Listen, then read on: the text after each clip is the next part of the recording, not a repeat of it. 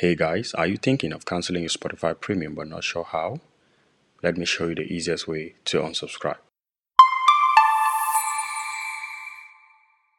First open any browser of your choice and go to spotify.com because this only works on the web browser and not the app.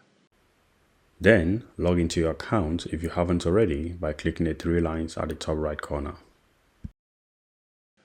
Once you're in, click on the gear icon at the top right corner, then click on View Account. Now click on this section, scroll down, and click on Cancel Subscription. On the next page, click on Continue to Cancel. Then review your account information and confirm cancellation. Easy, right? If this helped, give it a like and don't forget to subscribe for more fast and easy tutorials. Thanks for watching and see you in the next one.